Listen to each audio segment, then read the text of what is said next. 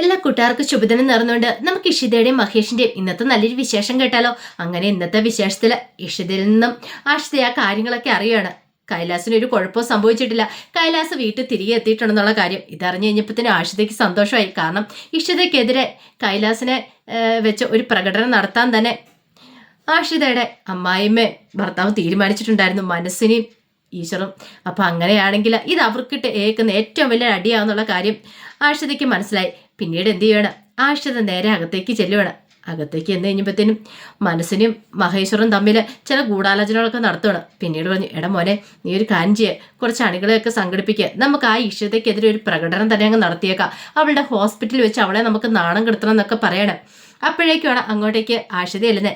ആഷിത എന്നിട്ട് പറഞ്ഞു, ഇനിയിപ്പോൾ എന്ത് ചെയ്യും, പ്ലാനുകളൊക്കെ പൊളിഞ്ഞു പോയല്ലോ എന്ന് പറയാണ്. അത് കേട്ടിച്ച് മഹേശ്വർ എന്ത് പ്ലാനുകൾ, അല്ല കായലിൽ പൊങ്ങിയെന്ന് പറഞ്ഞില്ലായിരുന്നു ഒരു ജഡം കൈലാസിന്റെ, അത് പക്ഷേ കൈലാസിന്റെ എല്ലാം തിരിച്ചറിഞ്ഞായിരുന്നല്ലോ. പക്ഷെ ഇപ്പൊ കൈലാസ് വീട്ടിൽ പൊങ്ങിയിട്ടുണ്ടെന്ന് പറയണം. കൈലാസ് ജീവനോടെ വീട്ടിൽ തിരിച്ചെത്തിയിട്ടുണ്ട്, കൈലാസ സ്വാമികളായിട്ട്. ഇനിയിപ്പൊ നിങ്ങൾ എന്ത് ചെയ്യുന്നു ചോദിക്കുകയാണ്. ആകെപ്പാടെ തകർന്നു പോയി മനസ്സിനെയും. പിന്നീട് ആഷിത അങ്ങോട്ടേക്ക് പോവാണ്.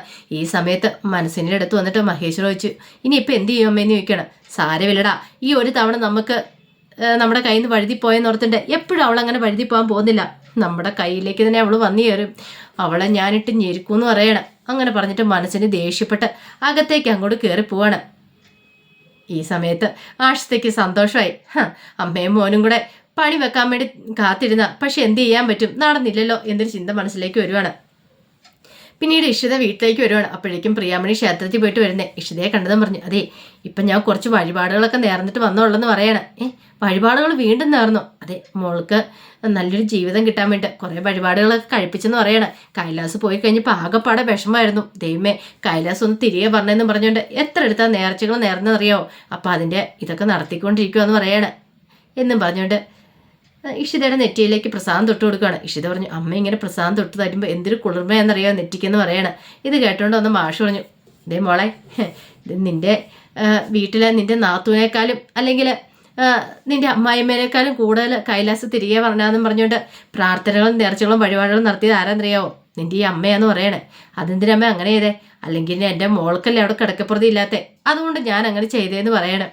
മാഷ് പറഞ്ഞു, കൊള്ളാം. എന്നിട്ട് പിന്നെ കൈലാസ് വന്നിട്ട് എങ്ങനെയുണ്ട്, കൈലാസ് വന്നത് ഇപ്പൊ കൈലാസ് സ്വാമികളായിട്ടല്ലേന്ന് ചോദിക്കുകയാണ്. പിന്നീട് ഇഷ്ട കാര്യങ്ങളൊക്കെ പറയാ. ഇത് കേട്ട് കഴിഞ്ഞപ്പത്തിന് മാഷ് പറഞ്ഞു, അവന് മാറ്റം, അത് ഒരു ദിവസം കൊണ്ട്, നീ അത് വിശ്വസിക്കുന്നുണ്ടോന്ന് ചോദിക്കുക. എൻ്റെ അച്ഛാ, ഞാൻ വിശ്വസിക്കാൻ അത്ര മണ്ടിയൊന്നും അല്ലെന്ന് പറയണ. അയാൾ കണ്ണടച്ചിരുട്ടായിക്കൊണ്ടിരിക്കുക. മഞ്ജു വെച്ച് അമ്മയൊക്കെ ഇത് വിശ്വസിക്കും, പക്ഷേങ്കിൽ നമുക്കറിയാലോ അയാൾ പറയുന്നതും പ്രവർത്തിക്കുന്ന എല്ലാം കള്ളത്തരമാണെന്നുള്ള കാര്യം. അത് കേട്ട് കഴിഞ്ഞപ്പോൾ ഒരു നിമിഷം ആലോചിച്ചിട്ടെന്ന് പ്രിയാമണി പറഞ്ഞു, എന്നാലും ഇന്നത്തെ കാലത്ത് ഇങ്ങനത്തെ മനുഷ്യന്മാരുണ്ടോയെന്ന് ചോദിക്കണം. ഉണ്ടോന്നോ, നല്ല കഥയായിപ്പോയി. ഇങ്ങനത്തെ മനുഷ്യന്മാർ ഇന്നത്തെ കാലത്തുള്ളൂ, അവർക്ക് പിടിച്ചു പൊള്ളെന്ന് പറയണം.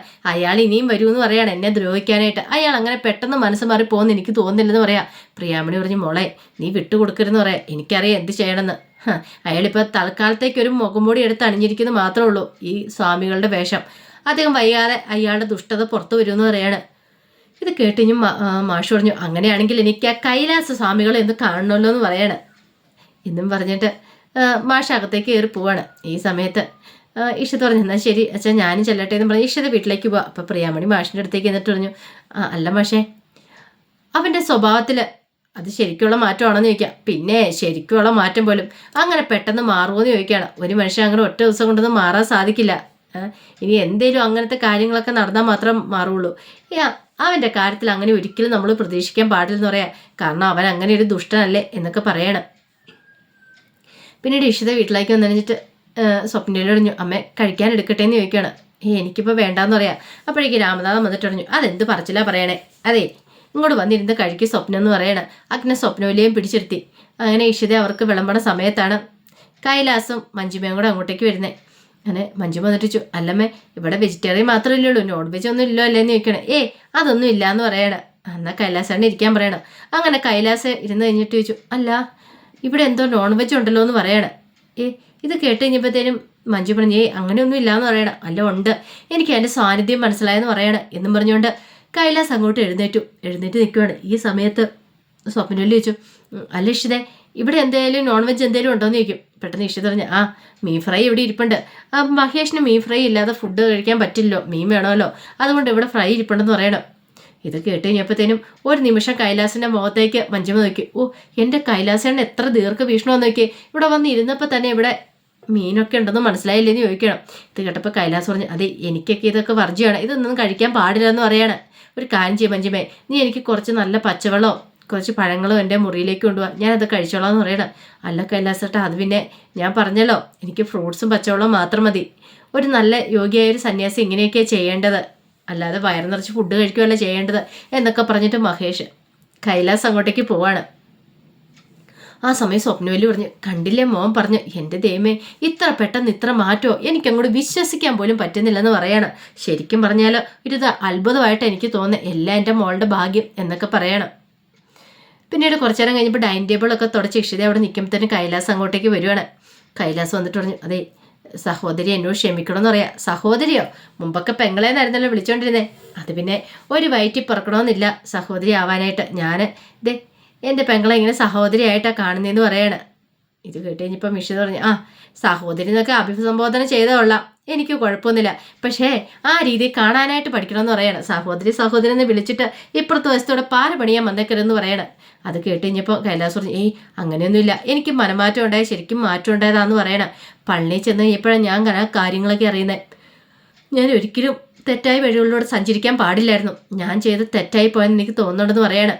അത് കേട്ട് കഴിഞ്ഞപ്പോൾ ഇഷിത പറഞ്ഞു, അങ്ങനെ ഒരു തോന്നലുണ്ടെങ്കിൽ അത് നല്ല കാര്യം തന്നെയാണ്, അവനോട് തന്നെ അവനെ കുറിച്ചൊരു ബോധ്യം ഉണ്ടാണ്.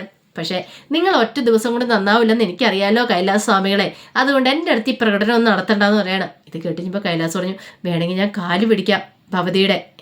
അപ്പം സഹോദരി മാറ്റി ഭവതിയായെന്ന് ചോദിക്കാം. അല്ല ഞാൻ പറഞ്ഞെന്താന്ന് വെച്ചാൽ കാല് പിടിച്ചാണേലും ഞാൻ മാപ്പ് ചോദിക്കാമെന്ന് പറഞ്ഞുകൊണ്ട് കൈലാസ് കാലിലേക്ക് വീഴാൻ തുടങ്ങുകയാണ്. ഈ സമയത്ത് കാലം കൂടെ മാറ്റി ഇഷിത എന്നിട്ട് പറഞ്ഞു, നിങ്ങളെൻ്റെ കാലിലെങ്കിലും പിടിച്ചാൽ എൻ്റെ കാല് വരെ അശുദ്ധമായിപ്പോവും, നിങ്ങൾ അത്രയ്ക്കൊരു നിഷ്ഠ ജന്തുവാന്ന് പറയാണ്.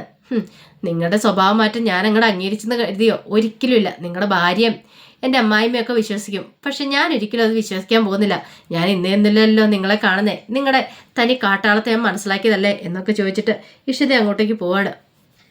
ഇത് കണ്ടു കഴിഞ്ഞപ്പോഴത്തേനും കൈലാസിന് നല്ല അടി കിട്ടിയൊരവസ്ഥയായി. കൈലാസ് ഒട്ടും പ്രതീക്ഷിച്ച കാര്യമായിരുന്നില്ല അത്. കാരണം ഇത്ര പെട്ടെന്ന് തനിക്ക് മാറ്റം ഉണ്ടായി കഴിയുമ്പോഴത്തേനും ഇവളൊക്കെ വിശ്വസിക്കുമെന്ന് കരുതിയായിരുന്നേ, പക്ഷെ വിശ്വസിക്കുന്നില്ല എന്ന് ഓർത്തുകൊണ്ടൊരു ടെൻഷൻ ഉണ്ടായിരുന്നു. സാരമില്ല, പതിയെ പതിയെ എല്ലാം ശരിയായിക്കോളൂ എന്നൊരു ചിന്ത കൈലാസിൻ്റെ മനസ്സിലേക്ക് വരുവാണ്. പിന്നീട് ചിപ്പിമോളും ചിപ്പിമോളല്ല പിന്നീട് രചനയും ആകാശം കൂടെ സംസാരിച്ചുകൊണ്ടിരിക്കുകയാണ്. അങ്ങനെ സംസാരിച്ചുകൊണ്ടിരിക്കുന്ന സമയത്ത് രചന പറഞ്ഞു, ആ കൈലാസ് വീട്ടിലേക്ക് ചെന്നല്ലേ?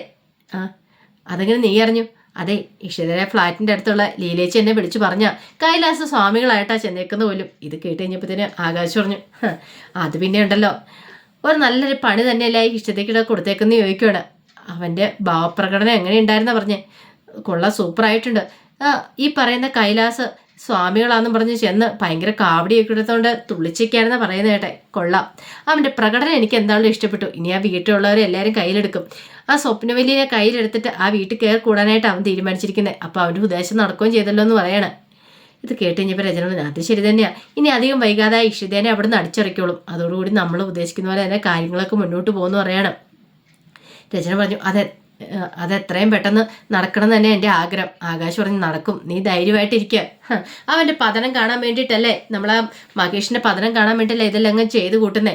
ഒരു കാരണവശാലും ഇപ്പം മഹേഷിന് അറിയത്തില്ല കൈലാസിനെ നമ്മൾ കീ കൊടുത്ത് വിട്ടേക്കുക എന്നുള്ള കാര്യം. നമ്മുടെ കയ്യിൽ കളിപ്പാട്ടമാണ് അവനെ വെച്ചാൽ നമ്മൾ ഇന്നത്തെ കളികളൊക്കെ മൂവ് ചെയ്യുന്നതെന്ന് പറയണം. ആ കുടുംബത്തിലുള്ള ആർക്കും ഒരു സംശയം തോന്നാത്ത രീതിയിൽ വേണം നമ്മൾ കാര്യങ്ങളൊക്കെ മുന്നോട്ട് നീങ്ങാനെന്ന് പറയണം. അങ്ങനെ അവർ സംസാരിച്ചുകൊണ്ടിരിക്കുന്ന സമയത്ത് ആദ്യം അങ്ങോട്ടേക്ക് വരുവാണ്. ആദ്യം വന്നിട്ട് അതെ, എനിക്ക് രണ്ടുപേരുടെ ഒരു കാര്യം പറയാനുണ്ട്. എന്താ? എനിക്ക് 2 ഡാഡിമാർ വേണ്ട, ഒരു ഡാഡി മതി എന്ന് പറയണം. ഒരു ഡാഡിയോ? നീ എന്തൊക്കെയാണ് പറയണേ? അതെ, സ്കൂളിൽ എന്തെങ്കിലും മീറ്റിംഗ് വെച്ചാലോ ഫംഗ്ഷൻ വെച്ചാലോ എൻ്റെ 2 ഡാഡിമാരും വരുന്നുണ്ട്, എനിക്ക് 2 ഡാഡിമാർ വേണ്ട, എനിക്ക് ഒറ്റ ഡാഡി മതി എന്ന് പറയണം. എടാ, അങ്ങനെ പറഞ്ഞിട്ടുണ്ടെങ്കിൽ അതെങ്ങനെ ശരിയാവുമെന്ന് ചോദിക്കുകയാണ് ആകാശ്. അതേ ശരിയാകത്തുള്ളൂ, അത് ശരിയാവാനായിട്ടൊരു വഴിയുണ്ട്. 2 ഡാഡിമാരെ അങ്ങോട്ട് വരായിരുന്നാൽ പോരോ, ഒരാൾ വന്നാൽ പോരാന്ന് ചോദിക്കും. അത് കേട്ട് കഴിഞ്ഞപ്പോൾ രചന പറഞ്ഞു, ഞങ്ങൾ മനഃപൂർവ്വം അയാളെ വിളിക്കുന്നതാണോ? സ്കൂൾ പ്രിൻസിപ്പളെ വിളിക്കുന്നതല്ലേന്ന് ചോദിക്കും. ഇത് കേട്ടപ്പം ആദ്യം പറഞ്ഞു, അതിനെ വിളിക്കാൻ കാരണം എന്താ? എനിക്ക് 2 ഡാഡി ഉള്ളതുകൊണ്ടല്ലേ. ശരിക്കും പറഞ്ഞാൽ ആകാശങ്ങൾ ഇവിടുത്തെ ആരാന്ന് ചോദിക്കണം അമ്മയുടെ. ആരുമല്ലല്ലോ. ഒരു കാര്യം പറയാം, അതുകൊണ്ട് ഞാൻ എത്രയും പെട്ടെന്ന് ആകാശങ്ങൾ അമ്മയുടെ കഴുത്തിൽ താലി ആർത്തണം എന്ന് പറയണേ. നീ എന്താണ് ആദ്യം പറയണമെന്ന് ആകാശം ചോദിക്കുക. ഞാൻ സത്യം പറയണേ, എത്രയും പെട്ടെന്ന് എന്നെ താലി ആർത്തണം. എങ്കിൽ മാത്രമേ ഞാൻ ഇത് ആകാശ് അങ്കിളുടെ മോനാകത്തുള്ളൂ. അങ്കിളിനെ ഞാൻ ഡാഡിന്ന് വിളിക്കുള്ളൂ. അങ്ങനെയാണെങ്കിൽ അങ്കിളിന് മാത്രമേ എൻ്റെ കാര്യങ്ങൾ തിരക്കാനായിട്ട് സ്കൂളിലേക്ക് വരാൻ പറ്റുള്ളൂ എന്ന് പറയണം. ഇത് കേട്ട് കഴിഞ്ഞപ്പോഴത്തേനും ആകാശം ഒന്ന് ഞെട്ടിപ്പോയി. പിന്നീട് രചന പറഞ്ഞു, അല്ലട മോനെ, അത് പിന്നെ ഞാൻ കൂടുതലൊന്നും അമ്മ പറയണ്ട. ഇതേ ഒരു കാര്യം ഞാൻ പറഞ്ഞേക്കാം, ഇതെങ്ങനെ ആഗ്രഹം സാധിച്ചു തന്നില്ലെങ്കിൽ ഉണ്ടല്ലോ, ഈ ആദ്യം ആരാ നിങ്ങൾ അറിയും എന്നൊക്കെ പറഞ്ഞ് വെല്ലുവിളിച്ചിട്ട് ആദ്യം അങ്ങോട്ടേക്ക് പോവാണ്. ഈ സമയം രചന പറഞ്ഞ്, കണ്ടില്ല അവൻ ഇത്രയേ ഉള്ളൂ, പക്ഷെ അവൻ പറഞ്ഞു കേട്ടോന്ന് ചോദിക്കണം. ഇത് കേട്ടപ്പം ആകാശം പറഞ്ഞു, ഒരു കാര്യം നീ ചെയ്യണം.